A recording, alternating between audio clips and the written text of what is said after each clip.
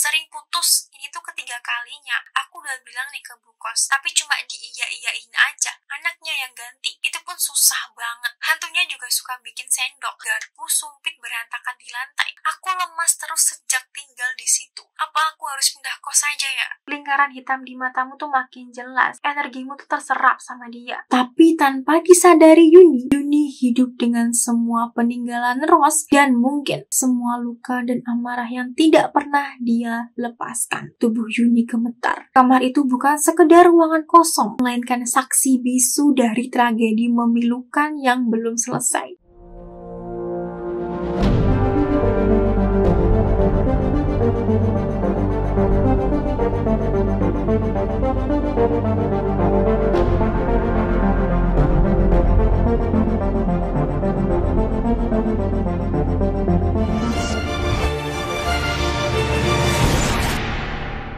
Halo guys, bertemu lagi nih sama aku Tridiansi di sini. Di segmen kali ini lagi-lagi kita akan membahas nih kisah nyata pengalaman hidup dari seseorang. Oke, kali ini aku mengambil lagi suatu kisah yang berada di aplikasi Threads dengan temanya tuh kayak horor. Kalau kalian tuh pengen membaca kisah ini secara langsung, kalian bisa nih klik link yang ada di deskripsi video ini. Oke, tanpa berlama-lama kita langsung aja masuk ke isi Threads-nya.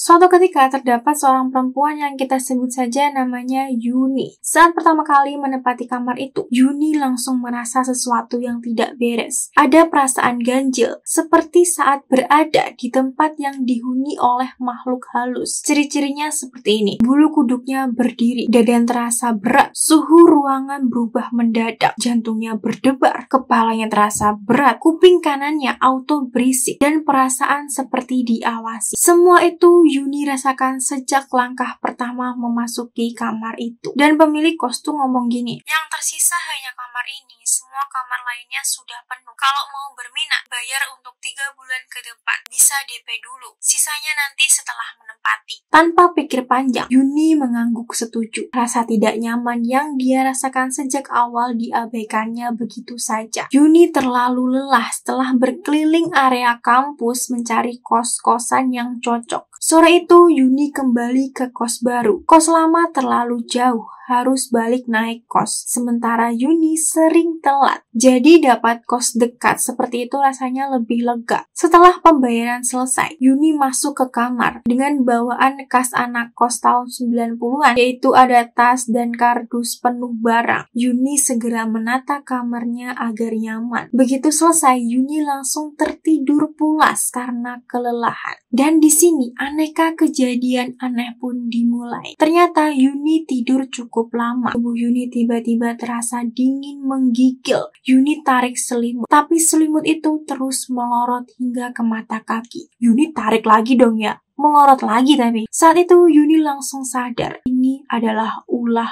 hantu. Dalam posisi telentang, mata Yuni mengarah ke berbagai sudut ruangan. Begitu pandangan Yuni tertuju ke jempol kakinya, sosok itu muncul memperlihatkan wajahnya. Kaget dong ya Yuni, jelas banget kaget di sini dia. Sebagaimanapun sering lihat hantu, tetap aja di sini Yuni tetap kaget. Tubuh Yuni terasa terbenam di kasur kapuk yang lembab. Samar-samar tercium aroma baygon. Yuni pikir mungkin ada yang sedang menyemprot kamar sebelah. Saat itu musim hujan, lampu bohlam yang tergantung dengan kabel mulai berputar sendiri. Dalam hatinya Yuni berkata, main ya? Yuni diam saja, membiarkan si hantu ini meluapkan amarahnya. Cermin Hello Kitty yang Yuni gantung di dinding melorot ke bawah, tapi kacanya menghadap langit-langit. Yuni melirik ke arah cermin Hello Kitty tersebut. Di sana tampak seraut wajah perempuan muda. Usianya mungkin tak jauh dari usianya Yuni. Wajahnya pucat, mengingatkan Yuni pada sosok lain. Yuni mencoba tenang. Yuni tahu, hantu seperti itu biasanya horin dari seseorang yang meninggal dengan cara yang tidak wajar. Saat pandangan Yuni berkeliling kamar, Yuni melihat sosok itu berdiri di dekat jendela. Dia berdiri diam, hanya menatap Yuni dengan sorot mata yang kosong. Hawa dingin semakin menusuk. Yuni tak berani bergerak dari atas kasur, hanya memandangi sosok itu dengan hati berdebar. Dalam hati Yuni berkata, apa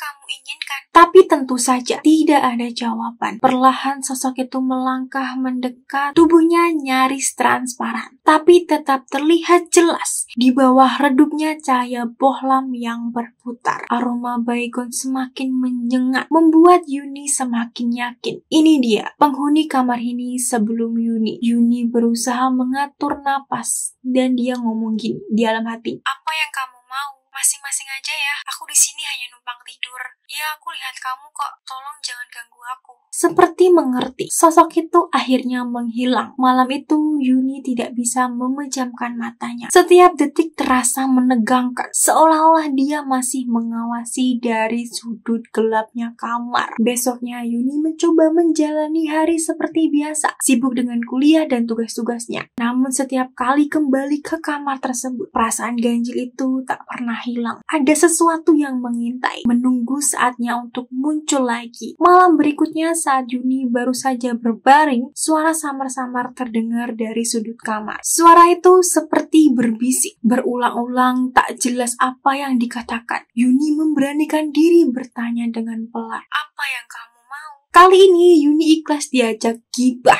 Pintu lemari pakaian tiba-tiba terbanting berkali-kali, membuat Yuni tersentak. Yuni mencoba berpikir rasional, tapi dalam hatinya Yuni tahu pasti ada sesuatu yang ingin dia tunjukkan. Dengan tangan yang gemetar, Yuni memberanikan diri untuk membuka lemari. Di dalamnya semuanya terlihat normal. Hanya ada pakaian Yuni yang tersusun rapi. Namun matanya Yuni menangkap sesuatu di dalam bagian pintu lemari. Ada coretan nama di sana. Samar tapi cukup jelas, yaitu Rose dan Ilham. Yuni terdiam, merenungkan tulisan itu. Kini Yuni mengerti, Rose adalah penghuni sebelumnya, dan Ilham, dia adalah kekasihnya. Nama itu menjawab banyak pertanyaan, sekaligus menambah rasa ngeri. Tulisan itu seperti pesan yang ditinggalkan dengan sengaja untuk menjelaskan kisah yang belum selesai. Saat itu Yuni sadar, apapun yang terjadi di kamar ini, Rose tidak ingin Yuni mengabaikan ceritanya. Suasana di dalam kamar terasa lebih sejuk. Mungkin karena Yuni mulai mengerti apa yang sebenarnya terjadi. Gangguan-gangguan seperti tempat tidur yang digoyang, bohlam yang bergoyang, pintu diketuk, kaca bergeser, aroma baygon, atau selimut yang melorot kini sudah tidak terjadi lagi. Namun sebagai gantinya, setiap menjelang subuh, suara tangisan pilu terdengar sayup-sayup. Tangisan itu begitu memilukan, seolah datang dari hati yang hancur dan tak pernah berhenti hingga azan berkumandang. Suatu hari Yuni bertemu dengan Eva, teman SMP sekaligus kampung dengan Yuni. Ternyata Eva juga kos di tempat yang sama dan baru kembali dari Muara Bungo. Ketika tahu Yuni menempati kamar itu, wajahnya Eva tuh langsung kayak pucat gitu, terus ngomong gini, "Kamu diganggu?" Yuni tuh ngangguk, meski tidak memberitahunya bahwa Yuni bisa melihat hantu. Eva mendekat dan berbisik, "Itu kamar bekas anak Univ A yang bunuh diri. Dia tuh minum baygon." Kata-katanya membuat tubuh Yuni meremang. Kini semuanya mulai masuk akal. Yuni meminta Eva untuk membantu Yuni mengganti bohlam yang terputus. Selain itu, Yuni membeli paku dan palu. Yuni bertekad memaku pintu lemari pakaian itu agar tidak lagi terbuka sendiri. Pakaiannya Yuni sementara itu Yuni susun di atas kasur. Paku lainnya Yuni gunakan untuk menggantung kembali cermin Hello Kitty-nya yang jatuh tadi kan. Yuni belum bisa pindah. Biaya kos sudah Yuni bayar untuk 3 bulan ke depan. Dan Yuni tahu kalau bapaknya Yuni tuh bukan orang yang bisa dimintai uang terus-menerus hanya untuk pindah-pindah kos. Jadi Yuni harus bertahan di sini. Eva bertanya kenapa Yuni membeli banyak bohlam dan Yuni menjawab, "Sering putus. Ini tuh ketiga kalinya. Aku udah bilang nih ke Bu Kos, tapi cuma diiya-iyain aja. Anaknya yang ganti. Itu pun susah banget. Hantunya juga suka bikin sendok, garpu, sumpit berantakan di lantai.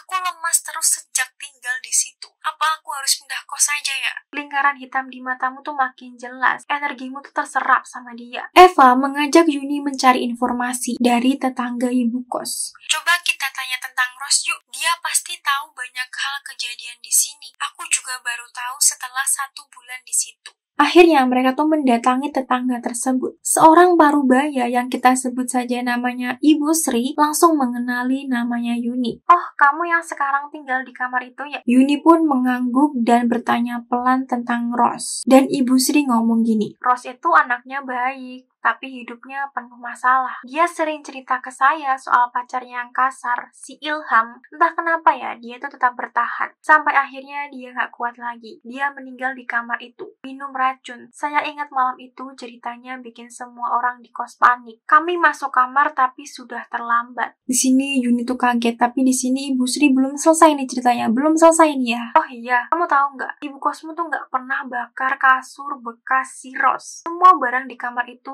dari kasur, lemari, sampai cermin, masih barang milik Ros. Keluarganya nggak mau ambil barang-barangnya, jadi semuanya dibiarkan begitu saja. Darah Yuni terasa berhenti mengalir di sini. Jadi Yuni tidur di atas kasur yang sama dengan Ros, memakai barang-barangnya setiap hari. Semua gangguan yang Yuni alami kini terasa semakin masuk akal. Aroma baygon, lemari yang terbuka sendiri, cermin Hello Kitty, hingga sosok perempuan yang terus muncul. Yuni tidak hanya tinggal di kamar itu, tapi tanpa disadari Yuni hidup dengan semua peninggalan Ros dan mungkin semua luka dan amarah yang tidak pernah dia lepaskan. Tubuh Yuni gemetar. Kamar itu bukan sekedar ruangan kosong, melainkan saksi bisu dari tragedi memilukan yang belum selesai. Akhirnya keputusannya Yuni bulat. Dia harus pindah. Dari rumah Bu Sri, Yuni langsung menuju Telkom untuk menelepon emaknya. Dengan napas berat, Yuni menceritakan semuanya. Dan respon emaknya dengan cepat dan tegas. Ngomong gini, "Cepat pindah!" Yuni hampir tertawa mendengar nada cemas dari emaknya. Dan emaknya Yuni ngomong lagi gini, "Emak takut kamu tuh punya sahabat goib di sana." Yuni hanya bisa menghela napas panjang. Setidaknya emaknya mengerti bahwa Yuni tuh tidak bisa lagi bertahan di kamar itu. Oke, sampai situ aja nih isi tweetnya. Pesan hidup apa sih yang bisa kita ambil dari cerita ini?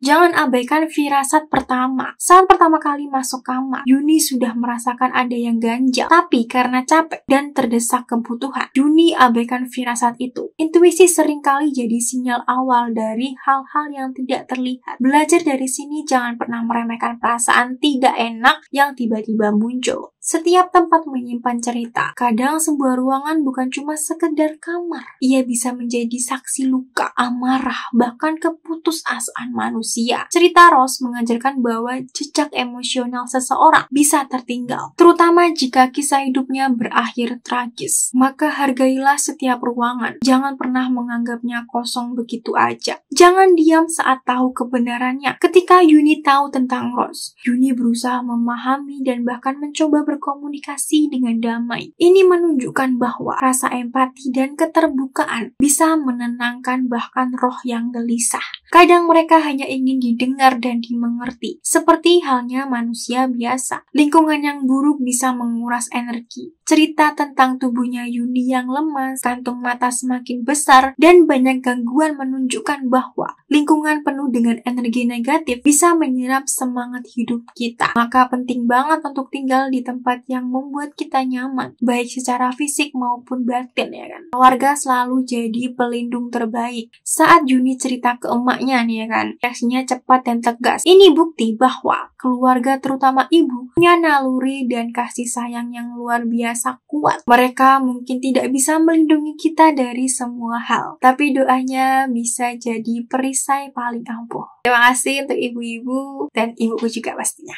Oke, sampai situ aja nih pertemuan kita kali ini. Bagaimana menurut kalian cerita kali ini? Komen di kolom komentar ya guys. Terima kasih banget buat kalian yang sudah nonton video aku sampai akhir dan menyempatkan waktunya buat kayak apa ya, memberikan saran maupun kritik mengenai kesalahan-kesalahan aku, dan dari saran dan kritik kalian akan digunakan nih sebagai evaluasi diri aku sendiri dan berubah menjadi yang lebih baik lagi dan memberikan tontonan yang menarik dan bermanfaat buat kalian. Kalau nih kalian tuh punya ide atau mungkin kalian tuh pengen menceritakan pengalaman hidup kalian dan pengen aku bawakan di channel YouTube ini, boleh banget kalian tuh kirim cerita hidup kalian di akun email aku, yaitu terdiansi572@gmail.com. Kalau aku ada salah-salah kata, mohon dimaafkan. Aku Terdiansi. Bye-bye. Malam itu Yuni tidak bisa memejamkan matanya karena teringat Walid. Oke, lanjut.